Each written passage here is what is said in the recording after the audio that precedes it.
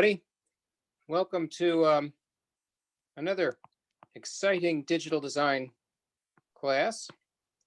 I think we've got a homework number 3 due tonight.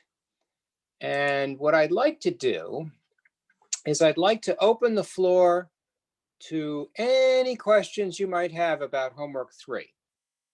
Anything you would like me to cover, I will cover now.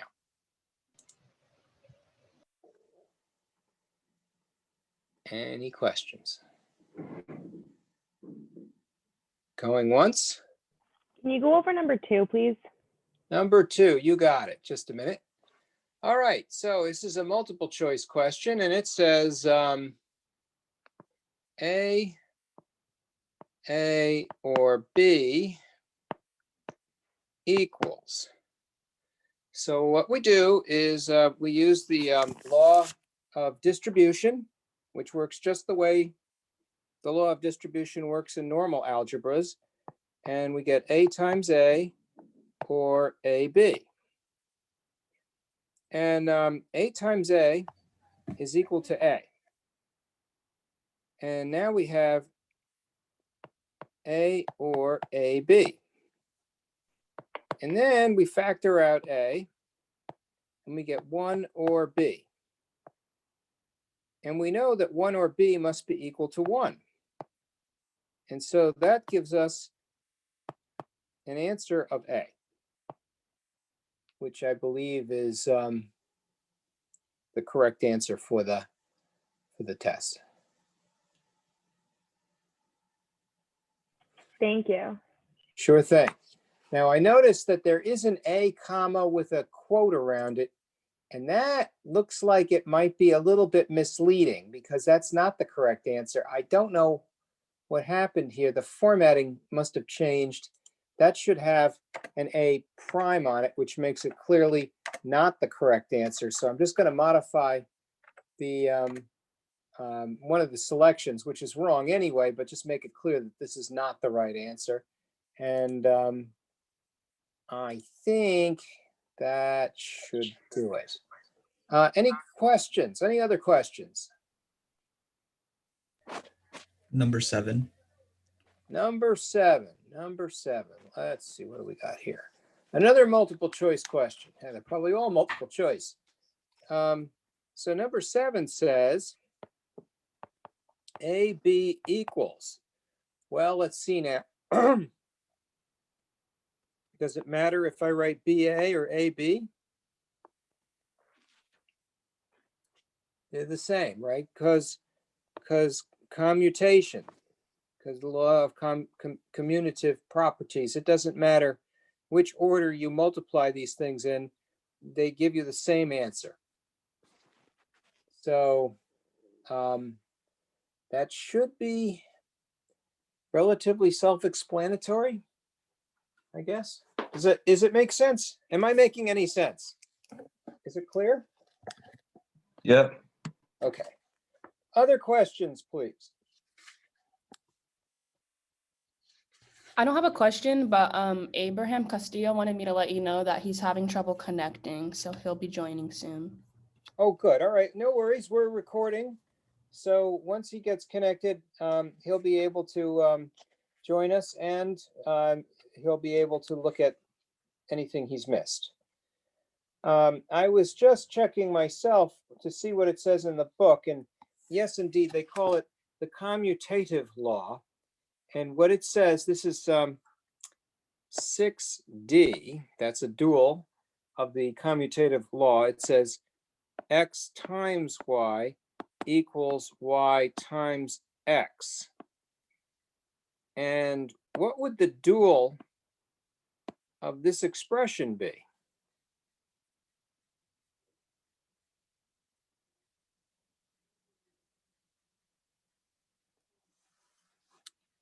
Anyone want to take a stab at it? X plus y equals y plus x. That is exactly right. You take the times, turn it into plus. You take the plus, turn it into times. And turns out commutation applies equally well to multiplication and to addition, which is true for regular algebra, but here we say it applies equally well to and as it does to or, which is how we identify the operators for a digital design equation. Let's see now, what other questions can I cover? Can we do one of the long ones, like 25? 25, you got it. Let's see. I think I'm gonna make a little space for myself. So let's see, can I turn the page here? Oh, yep, it works. So it says true, false. In sum of products, each term of the SOP expression is called a min-term because, say, an SOP expression is given as, I don't like the way this is written. I gotta change the writing on this is poor for some reason. Who wrote this? Wait, it was me. Okay.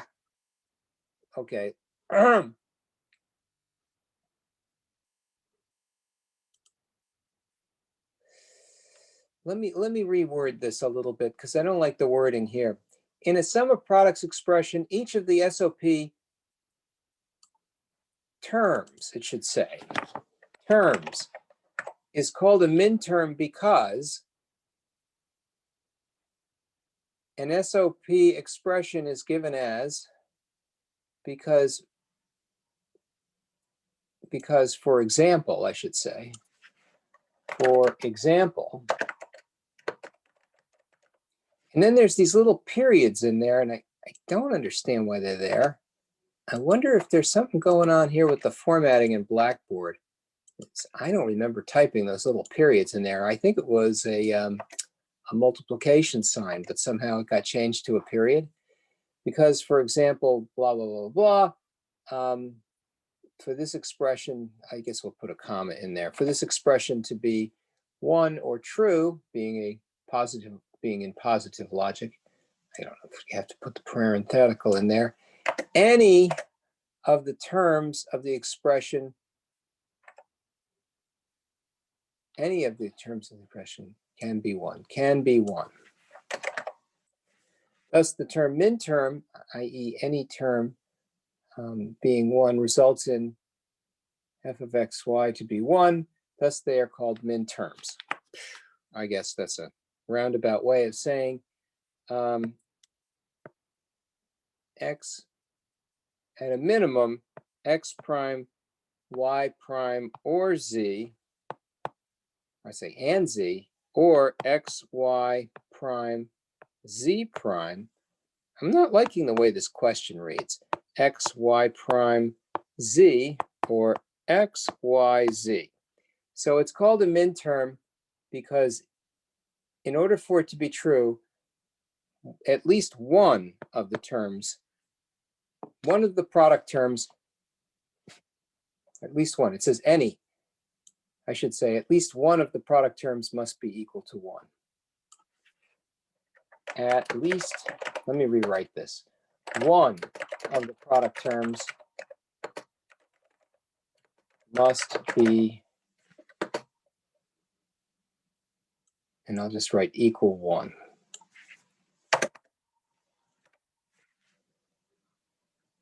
And that is why you call it a min-term expression. I'm looking at the way this was written and I'm not crazy about it. So I rewrote it, but I didn't change the answer key. So I hope that helped. What do you think? Was my answer a little, I've updated the question a little bit. I hope that's a little bit more clear. I think the question wasn't as clear as it should have been. So now it reads, in the sum of products, in sum of products, it should say, in a sum of products expression. I guess I'm not writing in complete sentences here. This is my bad. I gotta fix this. Let's see now. In a sum of products expression, I should say, each term of the each of the product terms, it should say each of the product terms. Each of the product terms is called a minterm because, forget about this example. Because at least one of the terms must be equal to 1. There. That simplifies things a little bit. I rewrote it again. For some reason, it just didn't come out right. I didn't like the way it sounded. Sorry about that. So the new way of writing it is in a sum of products expression, each of the product terms is called a minterm because at least one of the product terms must be equal to 1. So that's why they're calling it a minterm, such as it is. So any other questions?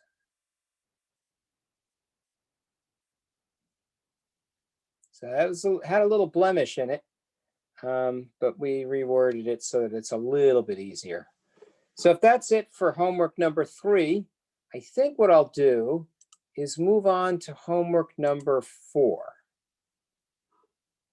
So homework 4 will be due next week. And I think we got a good start on homework 4 last time, but I don't recall exactly what number we got up to. Does anybody remember?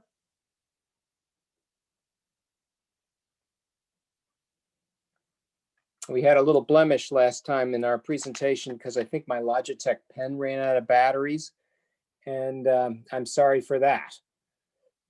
So let's try a KMAP. We'll do a little KMAP here.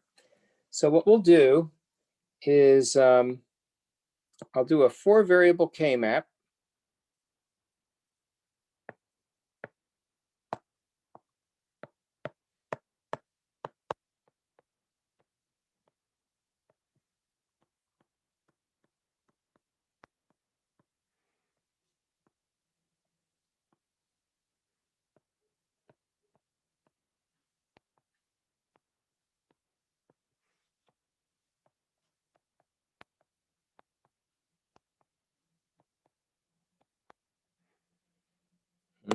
Let's change colors. We'll do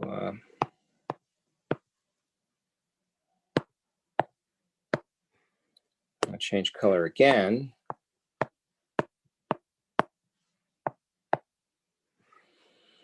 All right, so given the 4-variable KMAP, what shall we loop?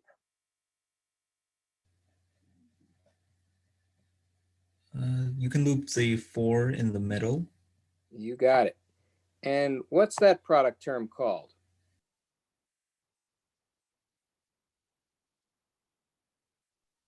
BD. Yep, that is exactly right. What else can we loop?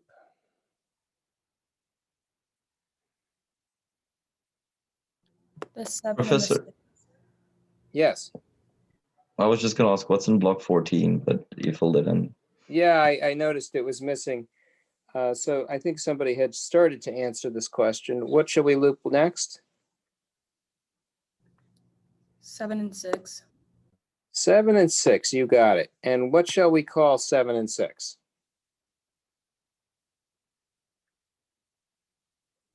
C. Well, you can see Oh, that sorry. B A and A are prime, not BC. changing.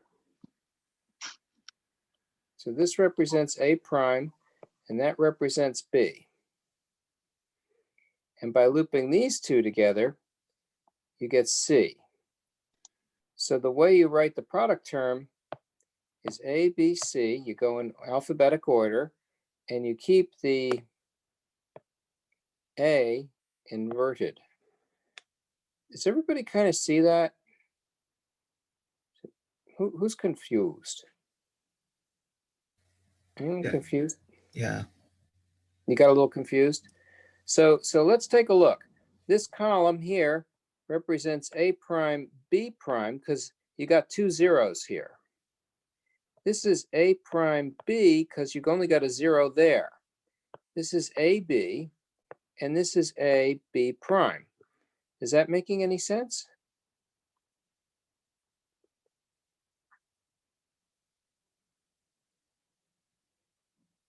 Somebody say yes or no. Yeah, that makes sense. That makes sense. Thank you.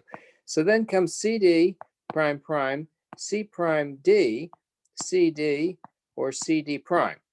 So now I've got a loop here which covers CD or CD prime. And so if that loop covers those two terms, I can factor out C from D or D prime.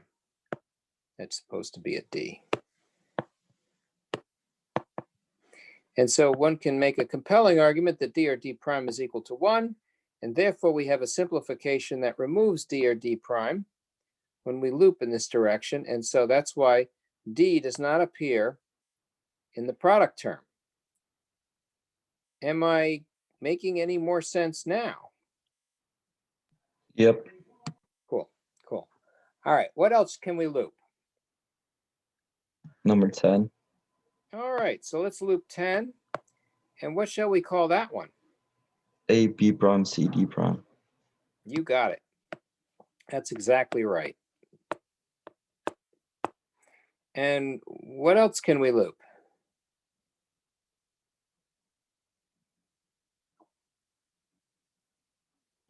Zero.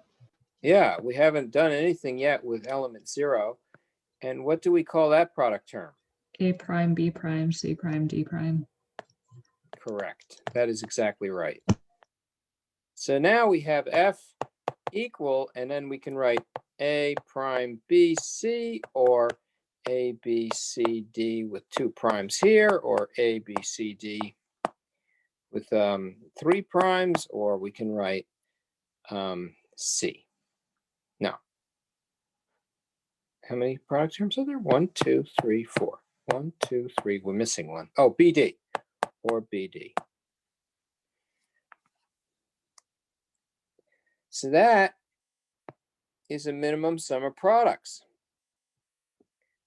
Now the question is, what do we call the 4 elements in the center? And the only thing you needed to know was that. But if you were going to find this full minimal form, you would need to be able to do all the looping that we're showing here.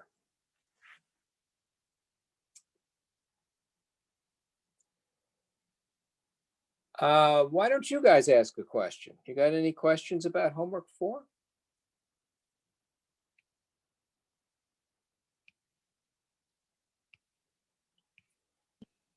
I had a question on number 26 and 27 of homework 4. All right, let's skip on down to 26. All right, so here comes an interesting variation.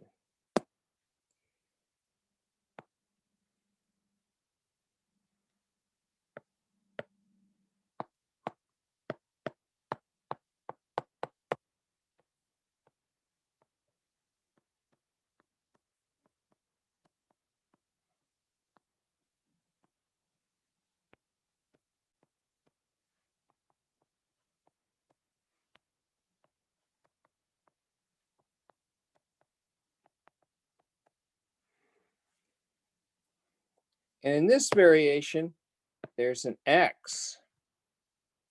And then there's 1s in the corners, and there's 0s everywhere else. What's going on? What's going on with these 0s and these don't cares? That's what this is. That is a don't care. So if X is a don't care, I'm just going to write DC for don't care, then what does that buy me? What's a don't care? You just ignore it. Well, you could ignore it or you could use it, but you only use it if it is to your benefit. And you know it's to your benefit if it allows you to make your loop larger. So you don't go out of your way to loop it, but if you think looping it will help you, for example, if this were a 0 instead of an X, you could probably loop 8 and 10 and then 10 and 2. But because it's a don't care, the looping goes like this. How's that for a mind bender? All the corners are connected now. And in so doing, you can look for those things which do not change, such as B prime and D prime. And that is a much simpler product term than if you had to have two loops on just 8, 10, and 2. So that's the don't care.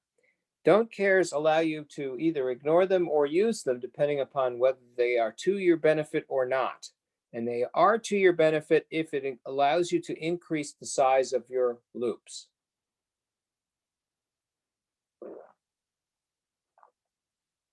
And that is a 4-variable K-map with a don't care. And this is a minimal sum of products. Isn't that interesting?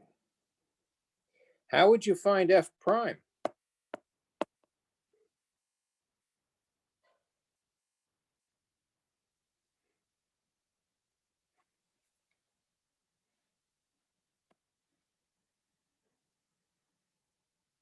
Evan, how do you find F prime? Isn't it just the opposite? Yes, So it it'd be is. Yeah, PD. algebraically, it's B or D. So what we use is a theorem. Do you know which theorem it is, Evan? Is it De Morgan's? Yep, that's exactly right. So use De Morgan's theorem, you can get B or D. And that'll give you a minimum sum of products form for F prime. In this case, mostly it'll give you a minimum product of sums, but in this case, it becomes a sum of products. So that's pretty good. Any other questions? How about questions about what we just did here? Can we do the next one? That's Sure. similar. All right, so this has got a don't care in it. In fact, it's got 4 don't cares in it. Whoa. So what we'll do is we'll try and copy it down.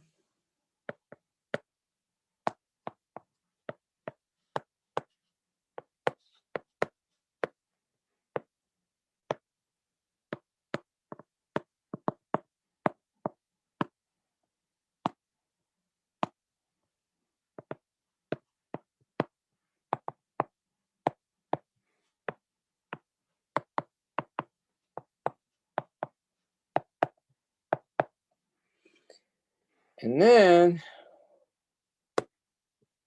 we'll get some zeros in here.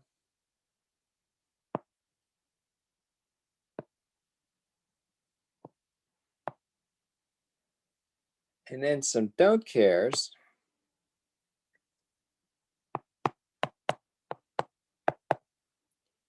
And then some ones. I have to find another color. Maybe I'll use blue. And for ones, it's all across the row and the top, all across the row and the bottom, and then up on the side. Oh my God, this is so complicated. What should we loop?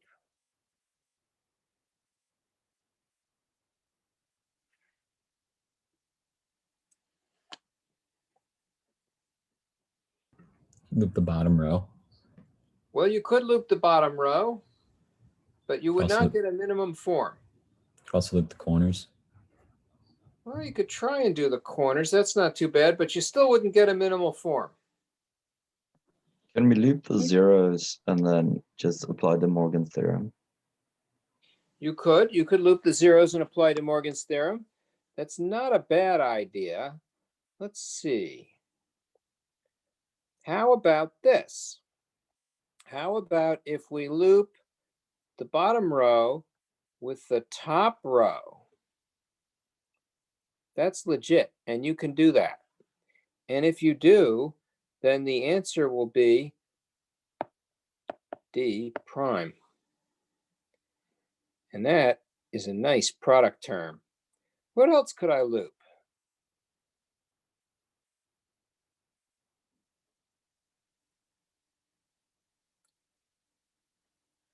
Professor, I have a this is- question. Yes.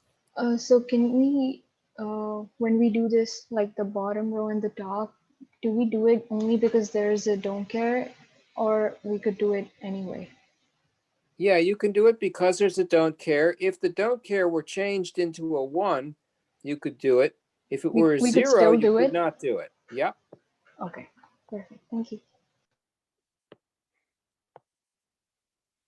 So we haven't looped element 11. What loop shall we use for element 11? 9, 11. You could just loop 9 and 11, but why not loop 8, 9, 10, and 11? In other words, loop this whole thing. Because if you just loop 9 and 11, you're going to end up with 3 variables. But by looping 8, 9, 10, and 11, you've got a product term with only 2 variables, a, b prime. And so now f is equal to d prime or a, b prime. And that's it. Now, that's not one of the choices, is it? What number is this, Professor? We're supposed to be doing number 27, and I'm sitting here struggling to understand why the answer It's is the first not one. D prime or AB. Actually, it looks like the second one is the same as the first one, isn't it? Something's off about this answer key. Let me look at this now. Edit. I think it is multiple answer. Yeah, but they're both correct. So, oh, I see. It is a multiple answer. I wonder if anyone's actually taken this. I hope not. I'm going to change it so that there's only one correct answer. Oh no, there's already 21 people who have taken it.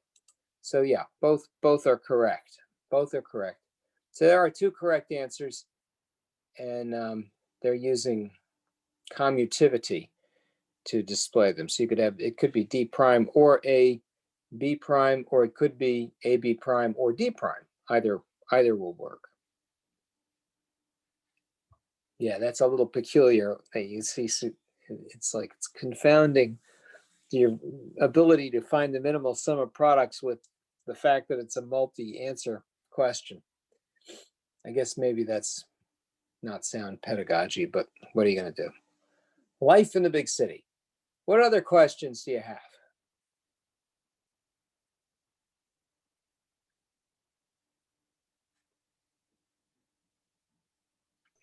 Could we look at 37? 37. Gosh, there's a lot of questions here. 37. All right. Says here,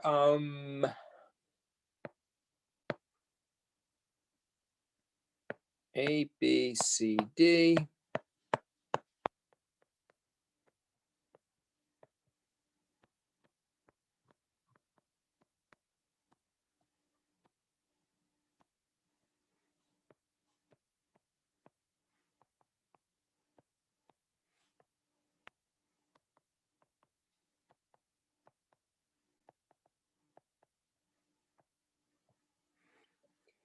And then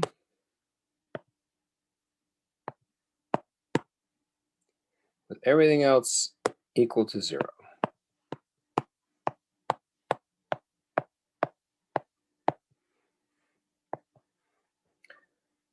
Okay, and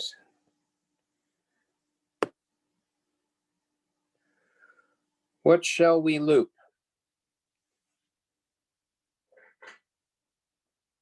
0426. Yep. And what do we call it? Won't it just be AD? Well, this is A prime, and that's B prime. And that's A prime, and that's B. And this here is C prime, D prime, and this is C, D prime. So now tell me again, what is this loop called? A prime, D prime. Correct. Does everybody see why? Who got confused by that answer? I did. Okay. So one thing we can see is that the loops go from the top to the bottom. You can do 8 at a time, 4 at a time, 2 at a time. Here we're doing 2 at a time. Not only can they go top to bottom, they can go left to right. And here's the other interesting thing. If you look at the actual sign, S-I-G-N, of the literals in the variable names, you'll see A prime has something that's in common for both product terms, which means you can factor A prime out. And here we see, between here and here, we see D prime is a common term, and you can factor out C prime or C. So if you have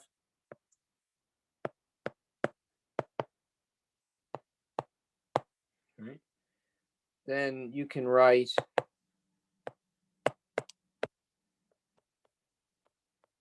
which is a form of 1. And similarly,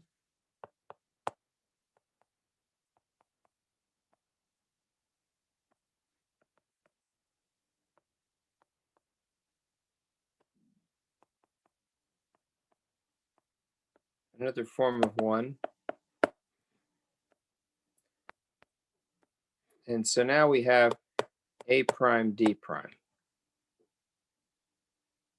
as the grouping with the 3 red ones, 0, 4, 2, and 6. Who got confused by that? Nobody? Oh, that's good. There must be learning going on here. Look out, learning. What else can I do? Can we do 35 as well? Sure.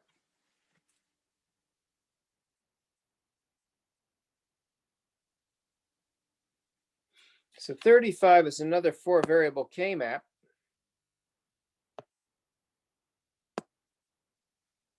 Just a minute. Ah, there we go.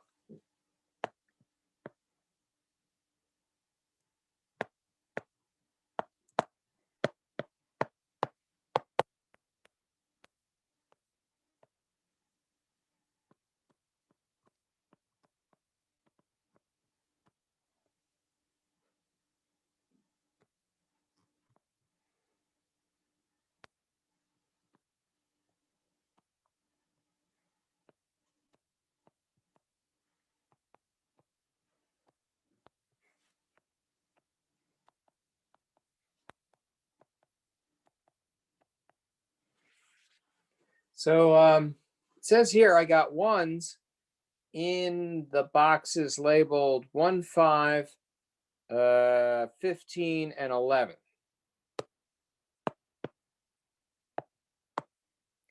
And everywhere else it's 0. I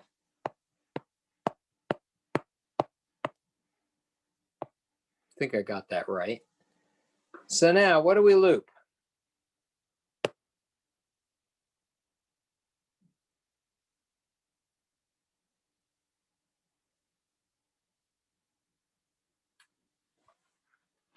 One and 5.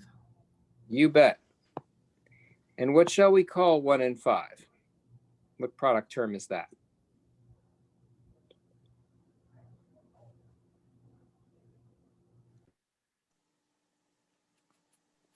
A prime, C prime, D.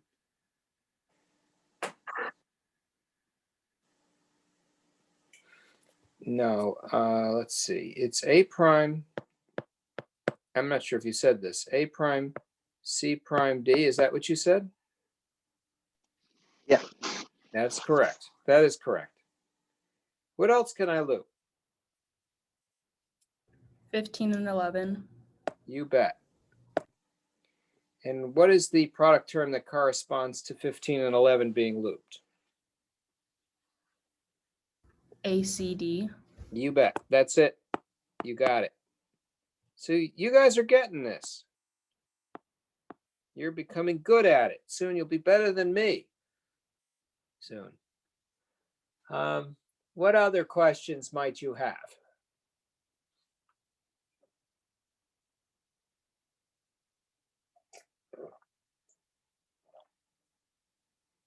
Any questions? Homework 4. No questions. You guys are whiz kids. Best digital design class ever. So because you're so smart, I'm going to ask you a question. Find the canonical sum of products in shorthand notation for the above KMAP. F equals sigma M, and what do you put in the parentheses? 1, 5, 11, and 15. Exactly right. Does everybody kind of see how that's obtained?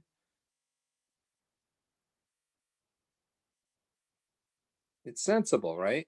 Hopefully. So there you go. You guys are basically up to speed with chapter 2, I think. We probably ought to have a few more questions about homework 4. Any other questions about homework 4?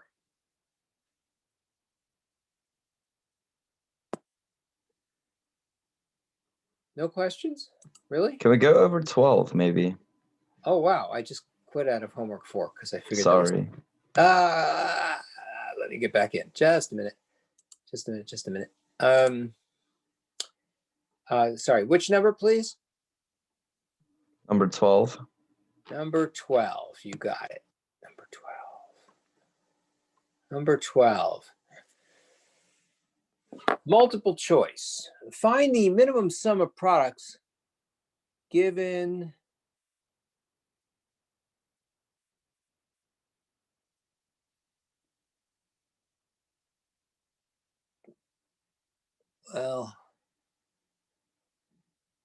find the minimum sum of products. All right.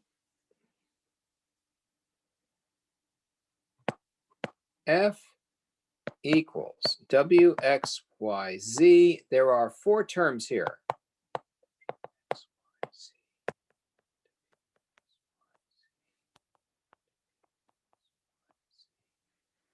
There's a prime here. There's no prime there. There's a prime here and a prime there. And here's a prime. So let's encode this in binary. That would be M7, M10,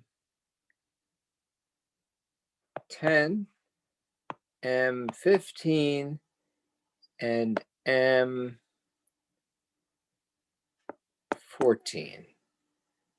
So if I was going to find a minimal sum of products form, I almost wrote ABC, but I see it's not correct.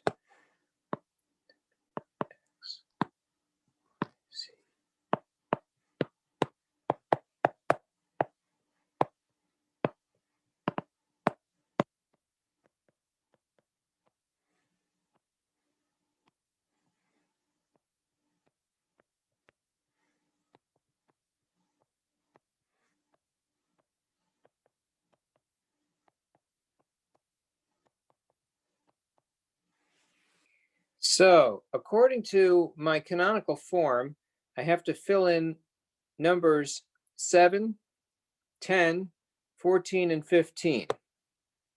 So I got 7, 10, 14, and 15. All the rest are 0. Find the minimum sum of products. What am I going to loop?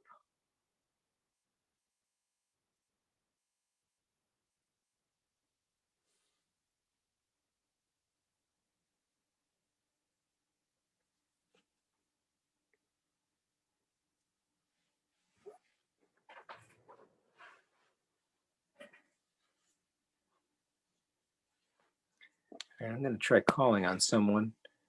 How about Darius? I don't think I've talked to you lately. Darius, what am I going to loop? Say that one more time. Sorry.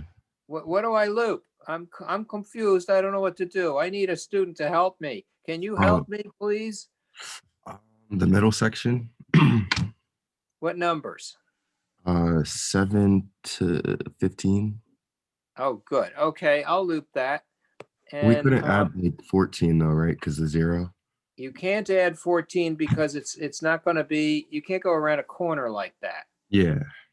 The 0 on 6 stops you from doing that. So if I'm looping 7 and 15, what would my product term be? One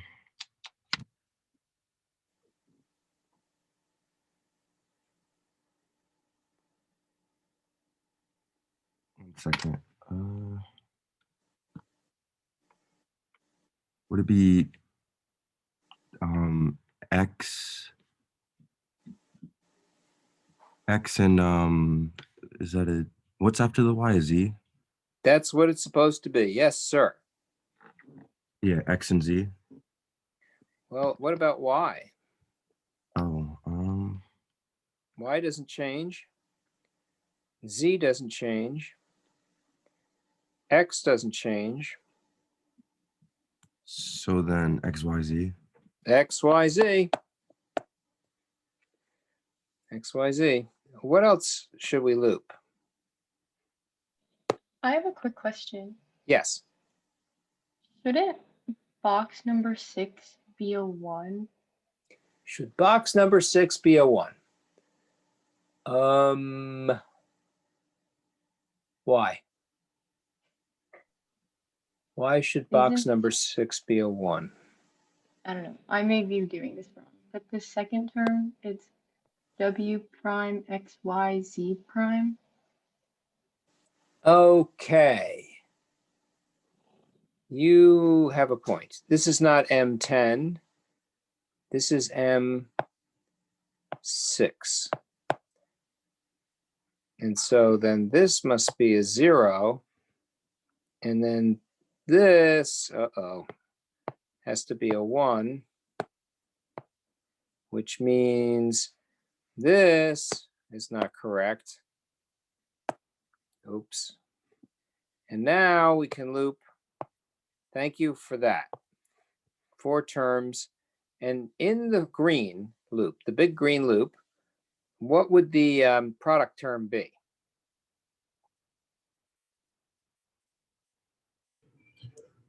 Is it just X, Y? That's it. And so that XY does not appear as one of the candidate answers, and therefore none of the above is correct. So I made a mistake. I should have wrote this out in binary, but I took a shortcut. If I write everything in binary and then convert it to decimal, it becomes clear. That's 7, that's 6, that's 15, and that's 14. And so, yeah, I guess I took a shortcut and messed myself up. Sorry about that. What other questions can we do? Any questions about this? So would the answer be none of the above? That is for correct. 12. Yeah, that is correct. That is correct. It couldn't be A, B, because AB doesn't show itself as a product term in F equals WXYZ. It's a function of WXYZ. And it's a minimal form, so it couldn't be any of the canonical forms that are given. So it had to be none of the above. Had to be. But it's good to know how to be able to do this anyway. Any questions about problem number 12? This is problem 12, by the way. No questions? How about any questions about homework number 4? Can we look at 17 and 18? Sure. Let's do that.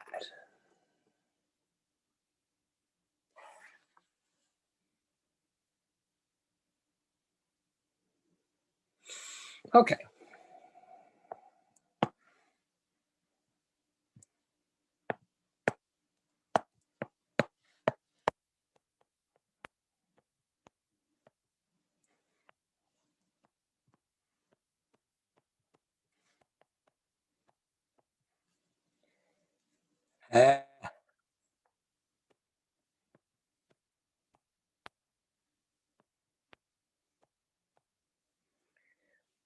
All right.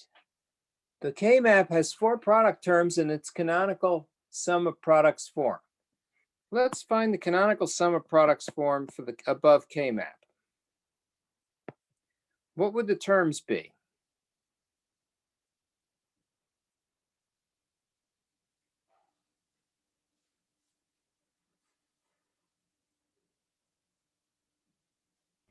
Um, 0, 3, 4, 5, or no, 4 and 6.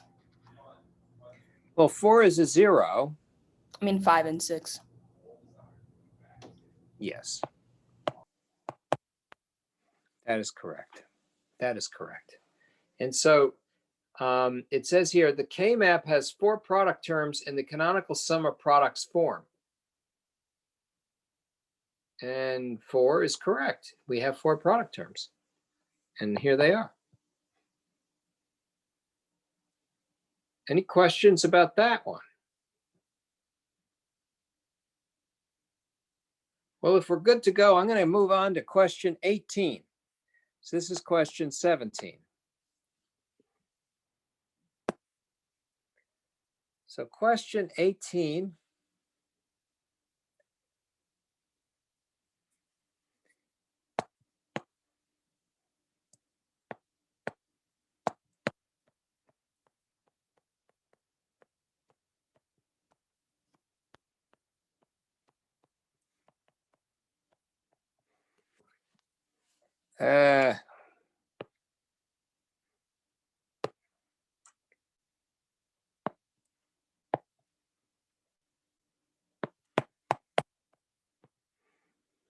Alrighty then. What can I loop?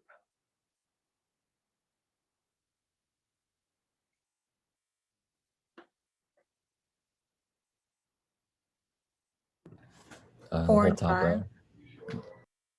row. One at a time, please. You could go. 4 and 5. 4 and 5. Well, let's start with the biggest loop we can make. What would be the Yeah. biggest loop? I'd say like the top row. You got it. And what's the product term that corresponds to that?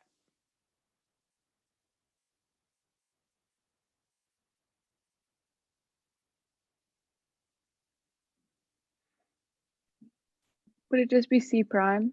You got it. And then someone said 4 and 5. And what's the product term for that one?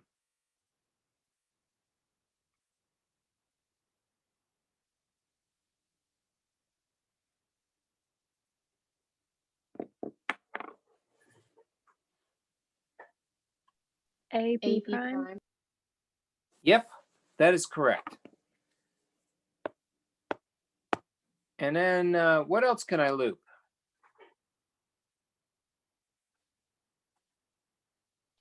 2 and 3. All righty. And what's the product term for 2 and 3? A prime B. A prime B.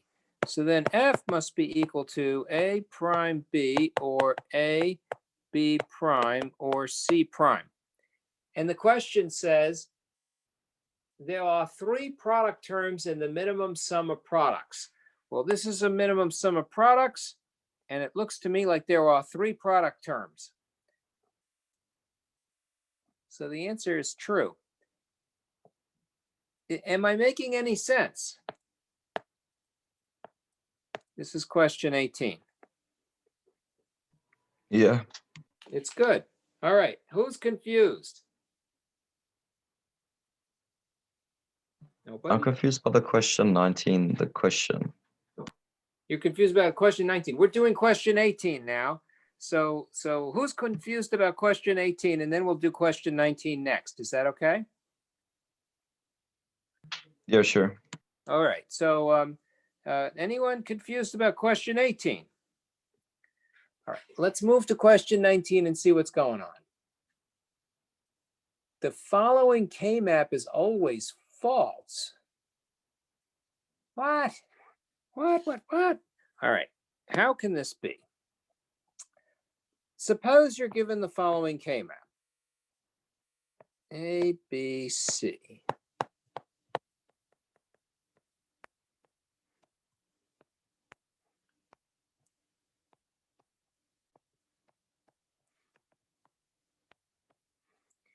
With ones everywhere. Ones are everywhere. Oh, the ones are everywhere. So what do I do with the zombie 1 attack here? How do I loop this KMAP? It's the march of the ones. Oh no. Bring out the zeros. Ah, the zeros are going to get the ones. Surround them. Yeah. Surrounding the zeros with the ones. Oh, sorry. Getting carried away. So then, yeah. So the plan during the zombie attack is tell everyone you're a doctor, and then maybe they'll try and save your life. And then they find out you have a PhD in computer engineering, and they go, "What the hell do we need this guy for?" So zombies, you can't kill them, because they're undead. What do we do with this looping? You How do loop I all loop? of them. Yeah, loop them all. And then F must be equal to, what's the number?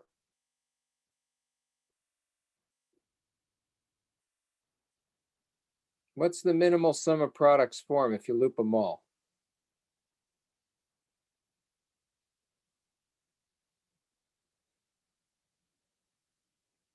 You better answer me. I'm going to tell you Nothing. more about it's equal to 1. It's 1, which means it's always true. It's not always false. It's always true. And so because it's always true, and because it says the following KMAP is always false, the answer must be false because it's not false, it's true. How's that for a mind bender?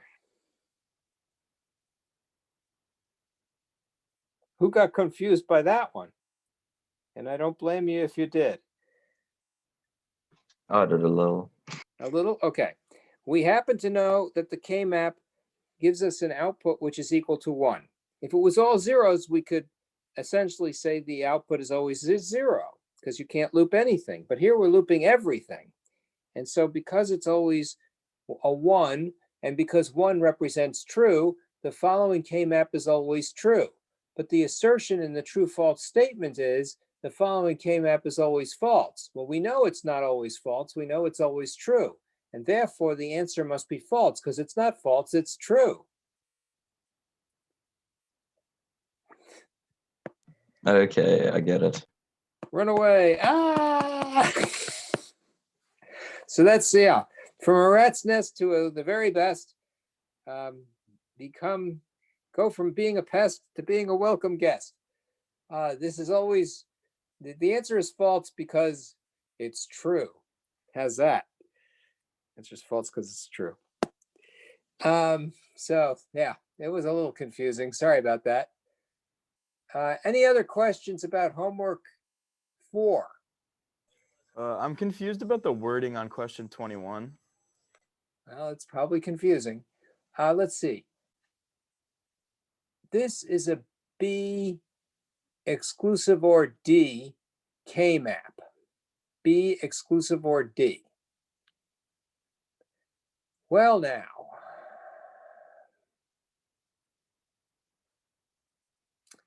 What do we got?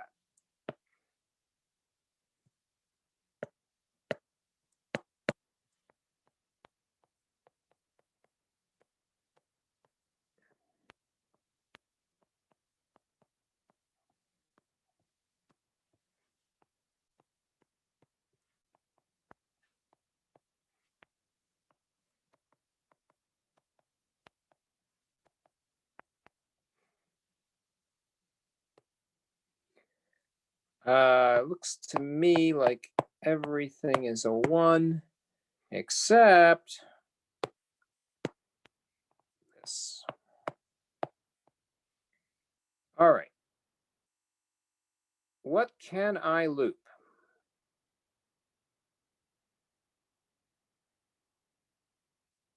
How do I find the minimal sum of products for F? What can I loop?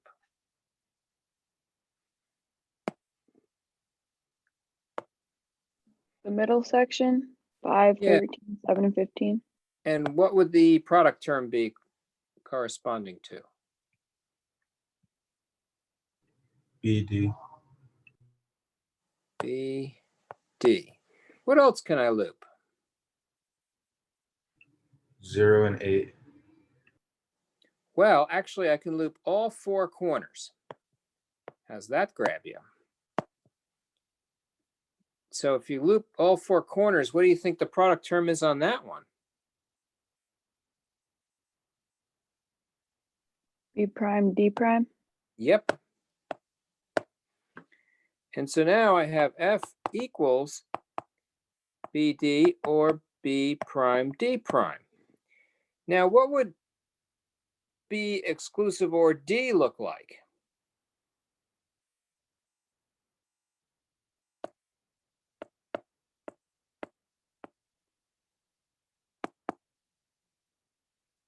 Well, the answer is BD. Whoops.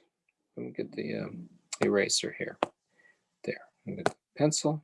BD or BD. Prime here, prime there. And that's B exclusive or D. So what we have here is B exclusive nor D. That is the inverse of B exclusive or D. Exclusive or B and D.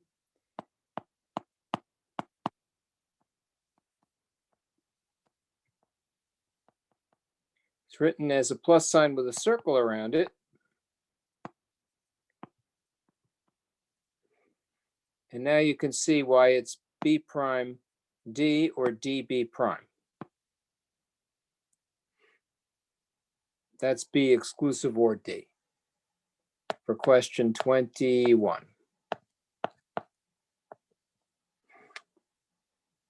What do you think of that? So does that mean that this is B exclusive or D? No, this is B exclusive or D. And what you have is a K-map, which when looped becomes B exclusive nor D, which is just like B exclusive or D with a difference. And the difference is it has a bubble at the end. That's exclusive nor. So here's the nor, exclusive nor, and here's the exclusive or. And they are different because of by virtue of the fact that you're circling the ones instead of the zeros. Had we circled the zeros, we would have had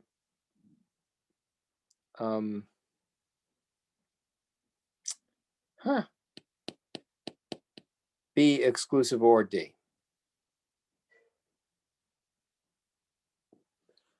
So that's the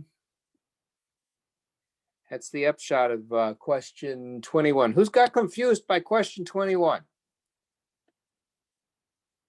Who's confused? Be honest. Yeah, I'm a little confused. Could you maybe just like go through explaining like the exclusive again, like exclusive? Yeah, or- let's have a discussion about exclusive OR. So exclusive OR, oops, what just happened? Oh, I'm in the eraser mode. Oh no. So then exclusive OR says it's just like inclusive OR, except for the case when both the inputs are equal to 1. In that case, it excludes it from the output and it gives you a 0. So when you went to create the, well, let's just create the canonical sum of products. It was going to be 0, 1, 2, and 3. So M1 plus M2. And M1 is going to be BD, B prime D, or BD, BD prime. That is an exclusive OR operation between B and D.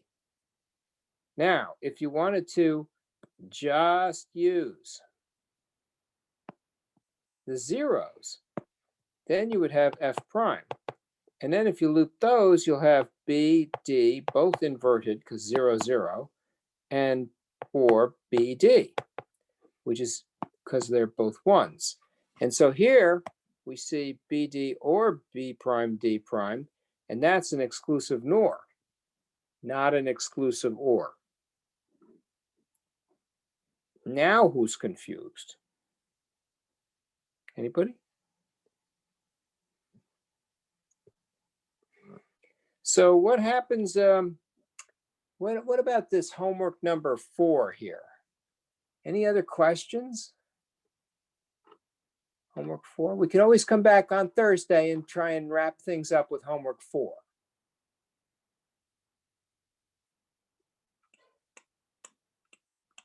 And there's Can a you go couple of over number 11? number 11. Let's have a look. Number 11. Find the minimum sum of products using KMAPs. Which one is the minimal form? Okay. My Blackboard won't let me create any more thingies. Clear my drawing. Okay. Number 11.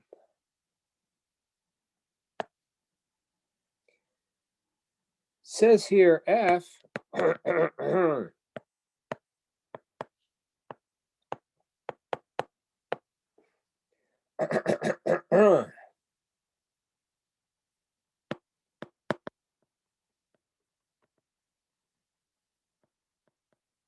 only need 3 variables to count to 7, A, B, and C. So I'm going to do my KMAP with A, B, and C.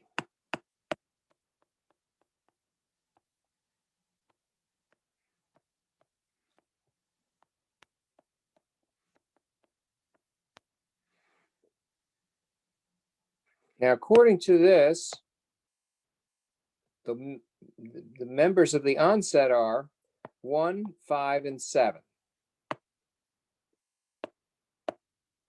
And everybody else is 0. Now that I've filled out my KMAP, you tell me, what do I loop? 7 and 5. All right, and what's that product term called?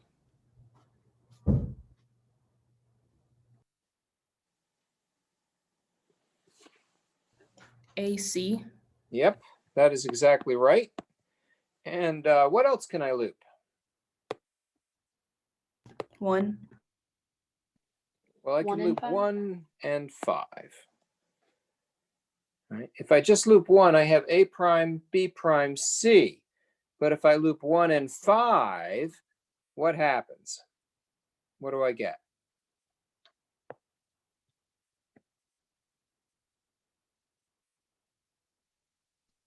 B prime C. Yep. And that's it. So that's a minimal form. So the problem reads, given the canonical sum of products, find the minimum sum of products using KMAPs. Which is the minimal form? So you could have AC or B prime C. But I don't see that here. I don't see that. Oh, yes, I do. AC or B prime C. I do see it, and it is the answer. So that works. So F equals AC or B prime C.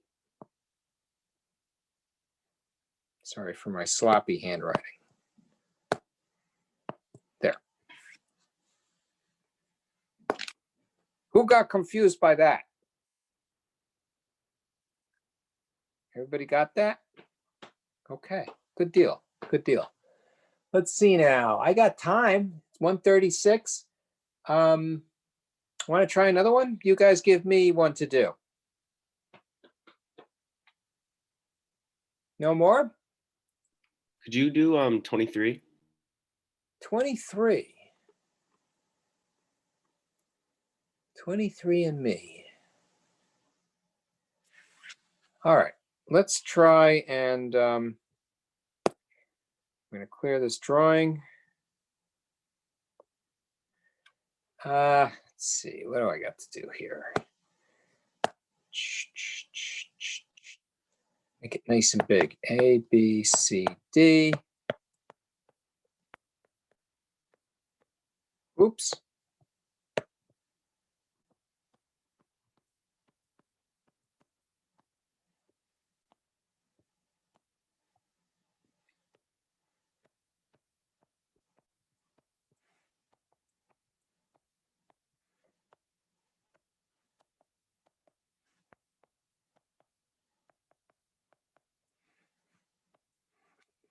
And then he says, this is ones, all the rest is zeros. What do we loop?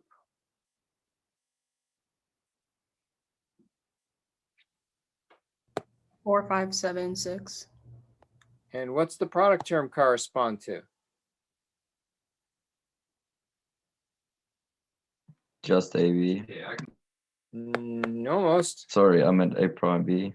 There you go.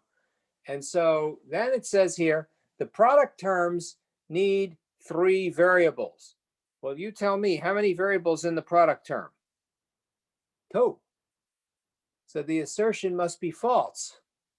We don't need 3 variables in the product term. We only need 2. And who's confused? Nobody? That's good. That's good. That's good.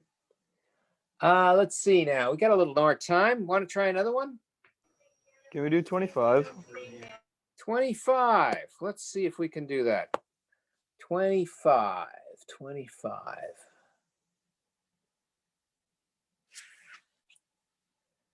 Okay. Let's make it nice and big.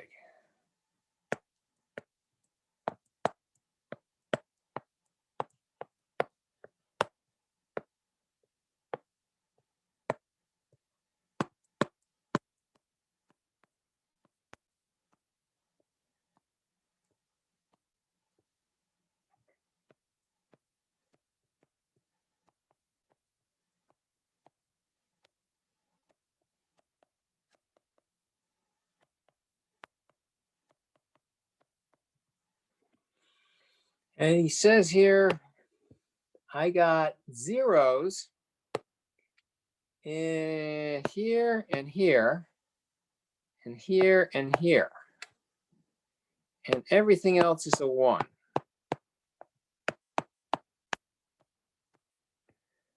Okay, you tell me, what do I loop?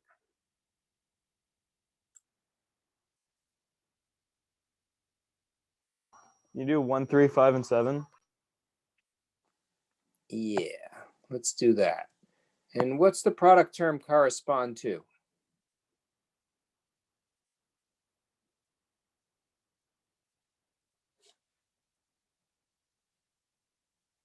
A prime C. Well, we see that C is changing here. I mean D. Yeah, there you go.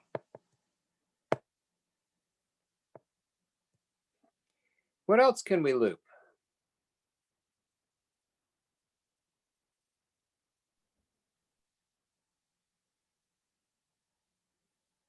8, 9, 10, 11. Yes, absolutely. And what's the product term on that one? A, B prime. You bet. That is exactly right. And what else can I loop? 4, 6, 11, 12. Sounds good to me. And what's the product term on that one?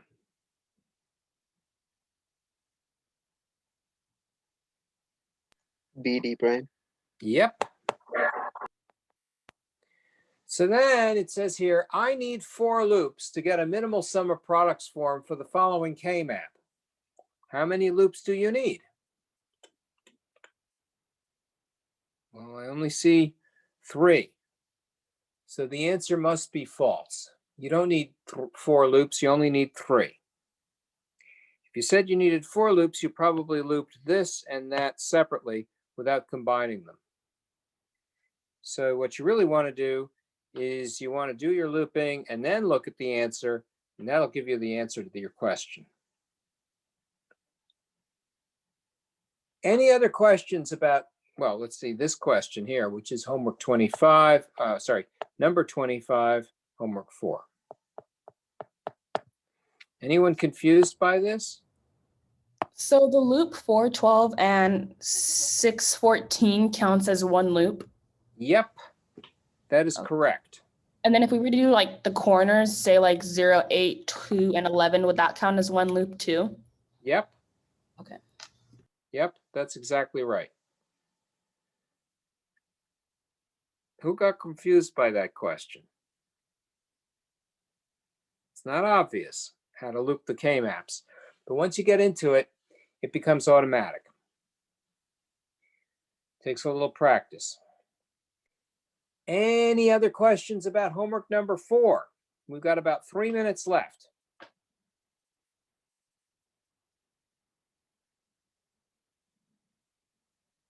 All right, so let's do a reading assignment here and make sure that you guys are up to speed on the reading. You've seen the don't cares. We're going to do a little bit more drill work on don't cares next homework 5, because the don't cares are not obvious. So what you want to do is, let's see, I think you can skip 2.3.6 unless you want to read it. So I'm just going to write skip. Actually, you know what? Clear my drawing. Skip 2.3.6. Now that's on 5 and 6 variable KMAPs. So you can skip that part. You can skip CAD tool simplifications for now, because that's Quine-McCluskey. So we'll skip 2.4. That's a lead in for the TTL packaging. And that means 2.5 and 6. So skip 2.5, skip 2.6, but otherwise read chapter 2. You should be finished with chapter 2, with the exception of these subsections right in through here. 2.4, 2.5, 2.6, and the little subsection in here on 4 and 5 variable KMAPs. And so that gives you enough to read. You've got your homework 4. I'll have homework 5 available to you in no time, maybe by the end of the day. And that should give you guys a head start on homework 5 and the reading. And we'll be focused on looping KMAPs with don't cares. Thanks very much. Stay safe and have a great day. Thank you, Thank you. Professor. Thank you. Thank you. you. Thank you. Thank you. Thank you.